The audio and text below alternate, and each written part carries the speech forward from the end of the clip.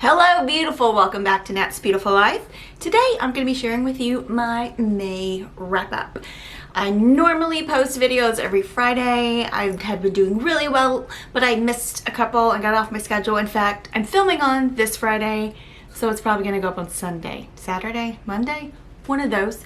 I apologize for that because I know if you are expecting those videos and they're not there, then yikes. But I normally film on Monday and post on Friday, and I've been either called into work on a Monday or had something else to do, like within the house with people. So my filming day is what got messed up. So I apologize, but we can get back on it now, hopefully. If you're new to this channel, hello, my name is Natasha. I do videos on books, art journaling, media, basically anything I want to do a video about, and I'm so glad you joined us today. If you like me, if you like this video, if you'd like to see more, please click the like button, click subscribe, and if you're into that notification bell, we have one of those. Alright, without any further ado, let's get into the video. I'm going to talk about the books I finished this month. I believe there were 10. There's a multitude of genres, and then I have audiobooks and physical books and all of that. I had a really great reading month. Let me check my little doodad here so I don't miss it.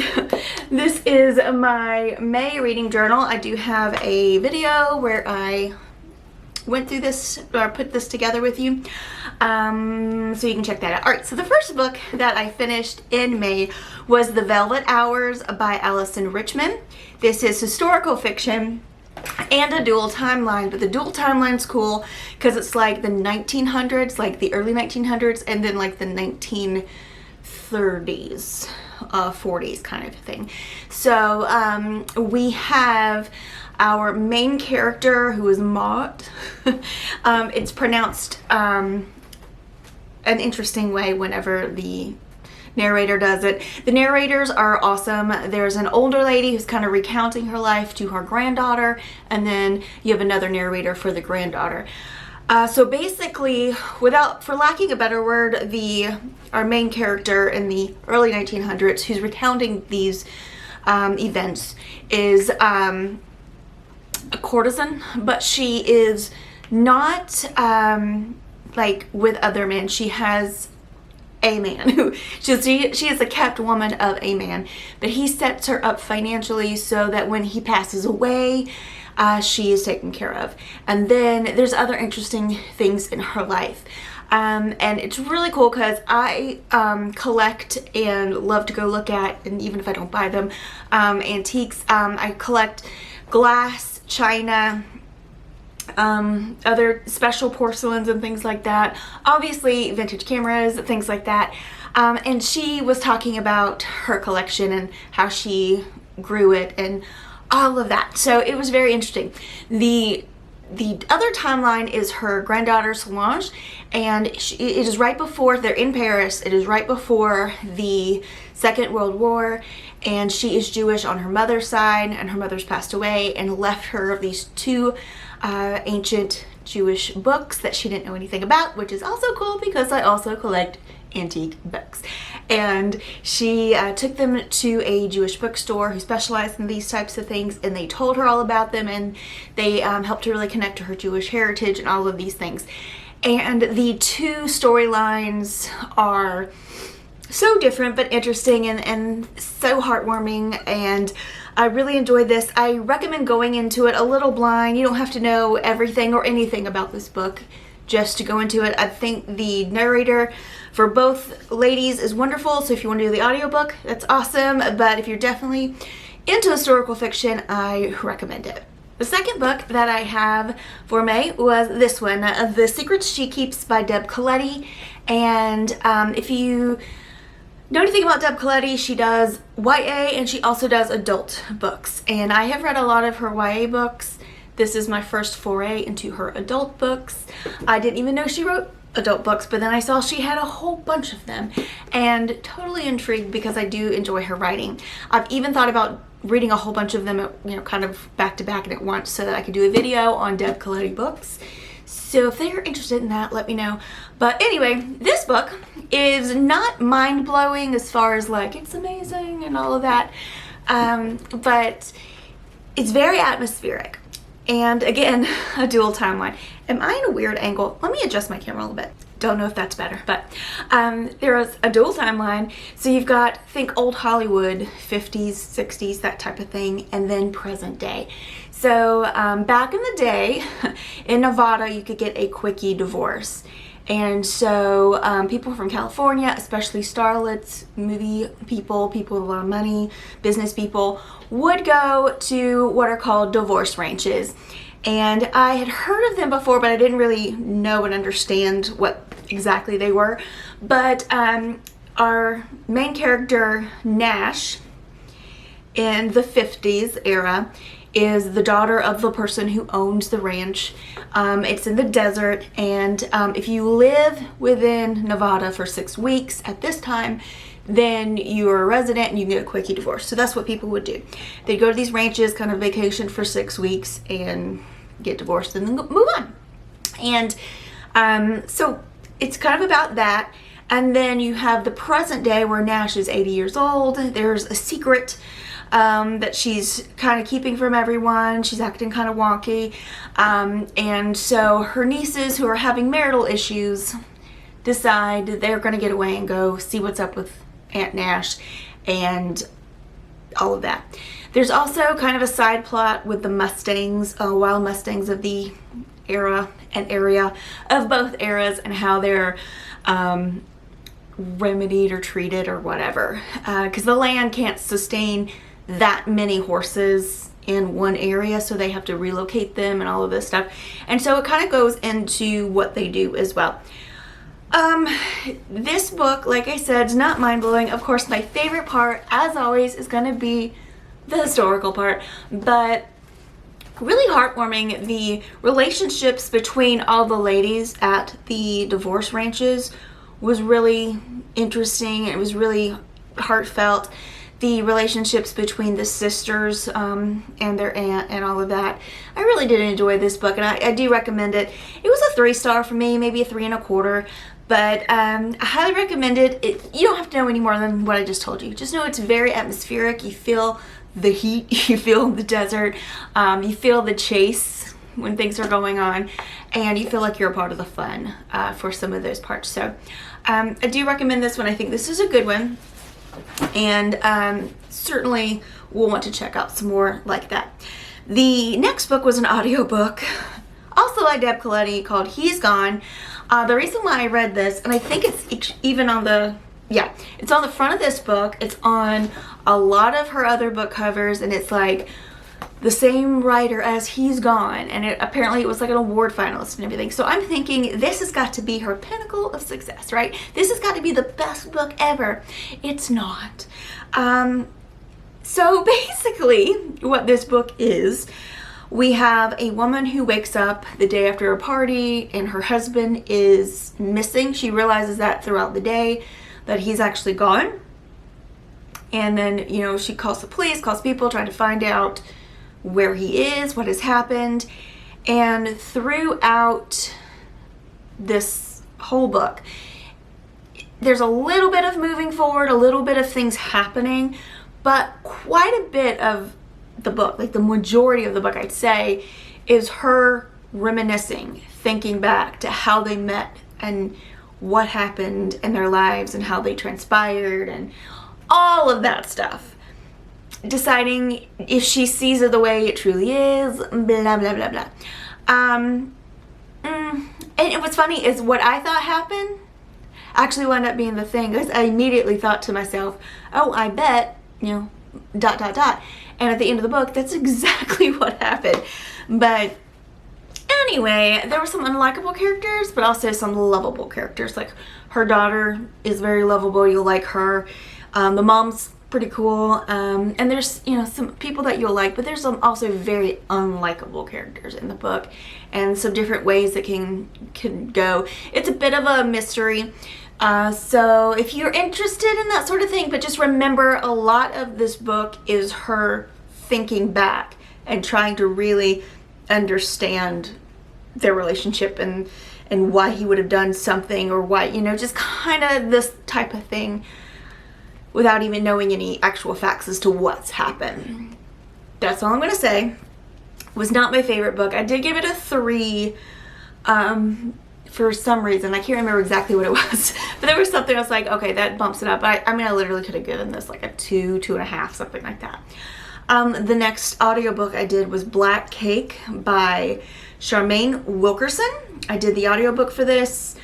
This is contemporary and historical fiction, as in these siblings, their father's already passed away, but they're kind of, the siblings are estranged, and the mother passes away, and she leaves like a video diary thing that she's recorded that's like 8 hours long. They don't have to watch it all at once, but they do have to watch it together in the presence of her attorney.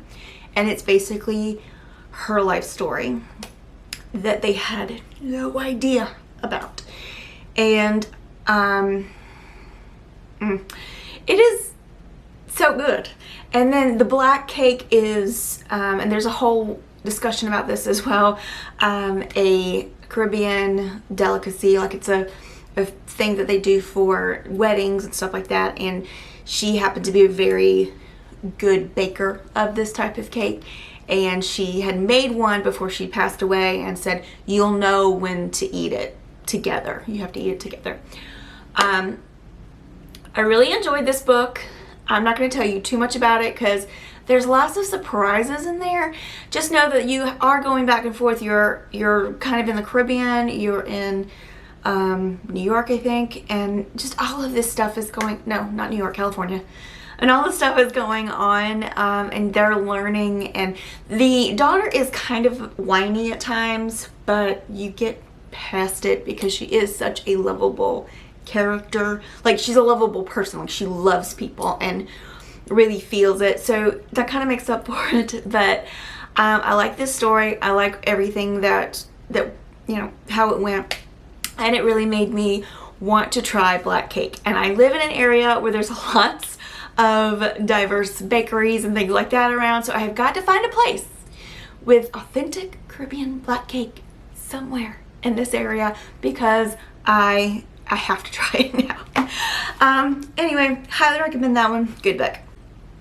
The other one, oh yes, here we go. I'm gonna do a full video on this book because it is our book club book of the month for May, and that is The Four Winds by Kristen Hanna. Now, if I said the words to you, Dust Bowl, Great Depression, traveling and no money, dust storms, everybody's sick, that kind of thing, you'd be like, what a depressing book, why would I want to read this book? And I personally wasn't in like the mindset of saying, oh yes, I'd love to read a book like this, a Kristen Hanna book like this. I don't think I've ever even read a Kristen Hanna book before, especially one this size, and have been like, that just sounds depressing. But I'm going to tell you something about this book. It is one of the best books I have read this year so far. It is a wonderful masterpiece, and there's a reason why it was the book of the month, the book service, book of the year. This was a joy to read. Even though there's depressing things happening, there's just goodness to it, as well as just family and found family, which is my favorite thing, as well as just the history and just learning. All of that is in here.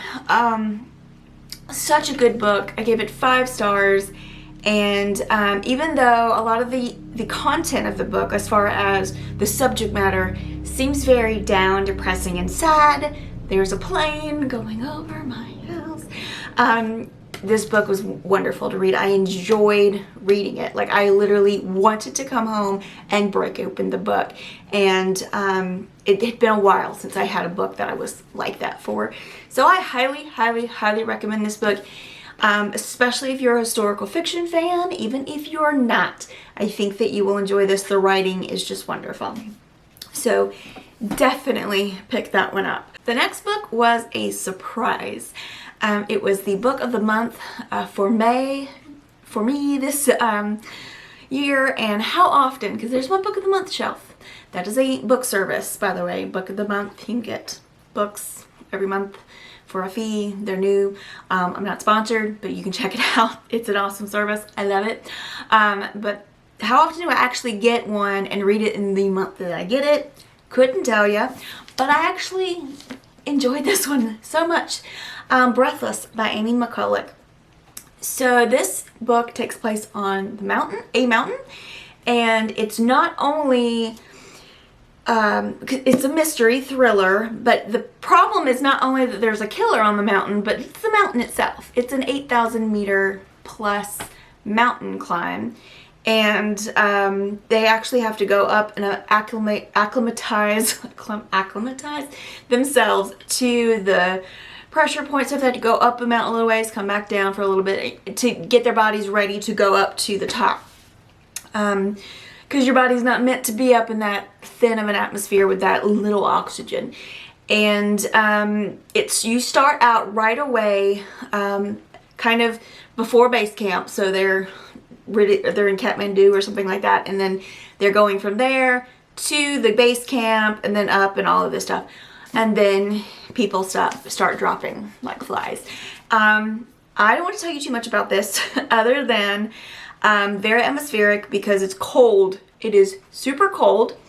And they discuss all the different physical problems that can happen when you're climbing such a high mountain. And also lots of mountaineering jargon and things that if you're interested in that kind of stuff or you're just curious about it, explains that. I don't want to give you too much because, again, it's a mystery thriller, so you just kind of want it to unfold. But our main character is a journalist who has been chosen by this guy who's climbing all the peaks that are 8,000 meters that you can climb. He's doing all 14 mountains, and he's doing them alpine style, which means no oxygen, he can't use any of the climbing lines that someone else puts up. He can carry his own lines and do whatever, but he can't use anybody else's. And so she's following him, and he's agreed if she gets to the top of the mountain as well, that he will give her an interview, and he's got a filmmaker and all these other people with him. And so she's got a lot of stakes in the game because basically her whole career and all her money and all her savings and everything are riding on her getting to the top and getting this interview. So that's kind of her motivation. She does have some experience. So my only call of in this book is, again, nobody's dumbed down, but the fact that she gets through some harrowing things on the mountain with as little experience as she has. So she does have some experience. She obviously is in training before she showed up, or she would have made it. But again, I think in some of the circumstances, her adrenaline is kicked in and all of that. So that was kind of one thing. I'm like, how is she pulling this off? Being as inexperienced as she is. But I just let it go because very good book, very good stories, likable characters and unlikable characters. And this was another one I really wanted to get to and sit down and read. So I do recommend that one. And if you got that for book of the month, make sure you read it. The other book that I read, audiobook, was The Other Black Girl by Zakiya, I can't read my own writing, Delilah Harris? I hope that's correct. If it's not, I'll put it on the screen. This book is interesting. So we have our main character, Nella, who works at a publishing company. She's been there for 2 years, and she's the only person of color who works there, like in that arena. Of course, there's like people in the mailroom and people in the janitorial staff and stuff like that, but she's the only like professional like editor assistant person who is in the building. And then one day another black girl comes in and starts to work, and she is thinking like, I'm gonna have an ally, and then they agree on a lot of things, but things turn a little bit, and that's all I can really tell you about this book. I will tell you at the end of the book, you're gonna be like, Oh, okay. There's a little bit of zany science involved in this book. And I should really, my dog is making so much noise. I apologize.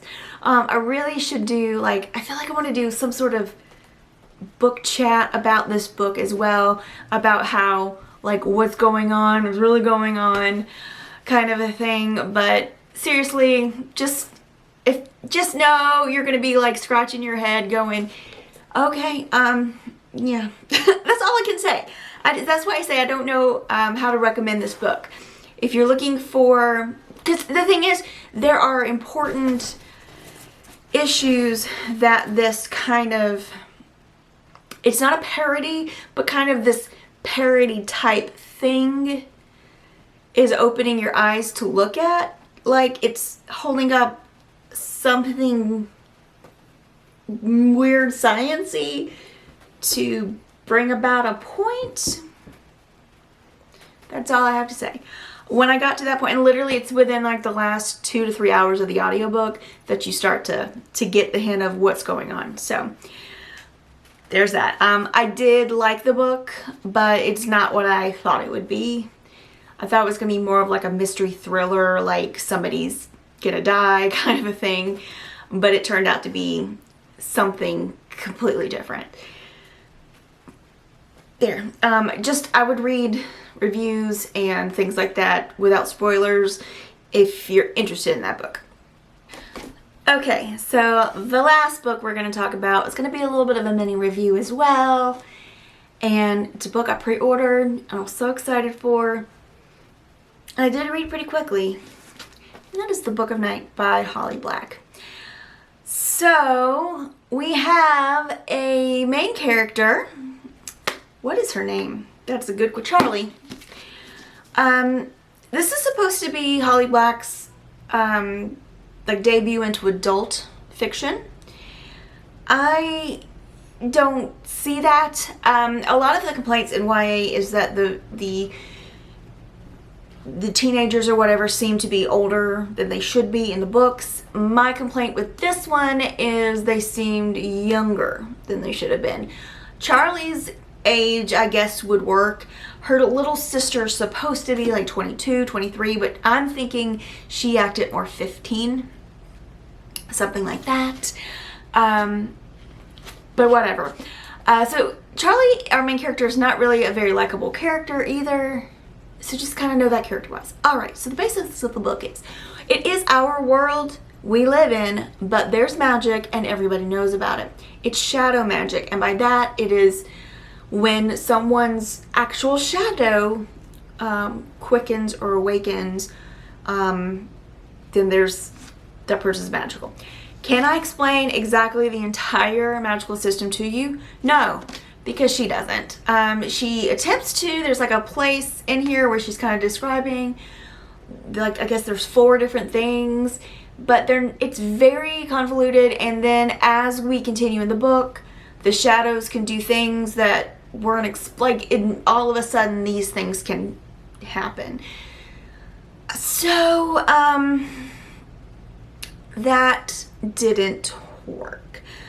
The story itself, what's going on, what's going down, actually, I mean, obviously Holly Black, who am I to criticize? She's created this wild, huge, wonderful world of fae and all of that in her YA series, and she comes up with really clever stuff. And this is really clever stuff. I just wish the magic system itself was a little bit more fleshed out, and there's just something about the juvenile nature of like these older adults, and then just, it was like she was trying too hard in certain things and it flopped in those areas. I think, I don't know, I wish it would have flowed better. I wish I could speak better. I wish it would have flowed better. I'm going to change my battery. Battery has been changed. Probably the angle has too. Don't know. My dogs are making so much noise today. Anyway, like I was saying, I wish the story and the magic... Oh, you know what? The story actually flowed pretty well. it was the magic system and all of that not really making sense. And I was wondering, is it just me? Because normally, even if I don't completely comprehend what they're explaining on that page that's always in every, book of magical something or fantasy, even if I don't quite get it when I read it, when I continue the book, it all makes sense and I figure it out. With this, it was just like, oh, they can do this, they can do that. That's a surprise. Like, is this really what she had in mind, or is it just happening now because it works with her plot? That's my questions. Again, some of the writing and some of the things that happened were very much I won't say overkill, but like, they didn't work. They didn't work. So I gave this book 3 stars. So not horrible, but a bit of a letdown. Have I been let down by a Holly Black book before? Again, yes and no. But it was more of a character thing than what I'm coming up with now. But the main thing is she is her. Oh, this is the other thing. Are you magical, like born magical, or born with the possibility of becoming magical, or some people, like, it almost was like a cross between like Vicious by V. Schwab, where a traumatic event could quicken your shadow and make you a superhero or something like that. You know what I mean? Or was it like you're magical and this is what you can do? I'm not completely clear on that. That could be a me thing, but whatever. So anyway, Charlie is not magical, but she's a really great thief and a con artist.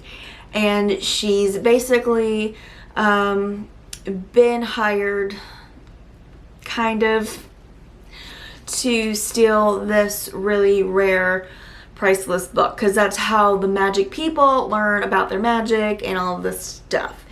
And I can't go into any more because it would bring spoilers in, but there are these things called blights, and they are shadows of, the easiest way to describe it is somebody dies and their shadow has a lot of energy. The shadow will then become its own kind of person, but many people shove all the bad things that they don't want to feel or know into their shadow to give it energy so they don't have to feel them. So imagine a creature with nothing but negative feelings, hatred, fear, anxiety, and all of that walking around. It's going to go mad and do bad things. So, and I'm thinking they're supposed to be rare, but there's a point in the book where like a bunch of them show up, and it's like, what? So this book that she's trying to locate is a book that is supposed to tell a blight how to become like its own being, like be self-aware. And that's kind of what's going on. But there's some shady characters in here, and you will have some characters that you like, some you won't. Most of them you won't. There's not a lot of likable characters in this book. But again, the story could have been, the story itself, like the structure of what's going on and how it's happening is good. The technical stuff, the details of the magic system and all of that, also forcing adulthood themes and things on that don't matter, just to say it's an adult book. It didn't work. But anyway, Book of Night. Have you read it? Let me know what your thoughts down below. I don't particularly recommend this book. The way it's left, it did close out. We did end our story, but there is something that happens that opens the door for another book.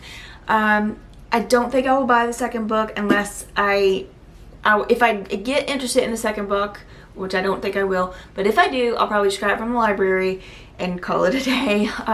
Unless it's amazing and the rest of the books are amazing, I don't see myself investing any more time or money in the series, but that's just me. It could be like amazing from here. I don't know. That's all I have to say about that. Anyway, thank you guys so much for watching. I appreciate it. I always sit down thinking, I'm just going to zip right through this video. It's going to be amazing.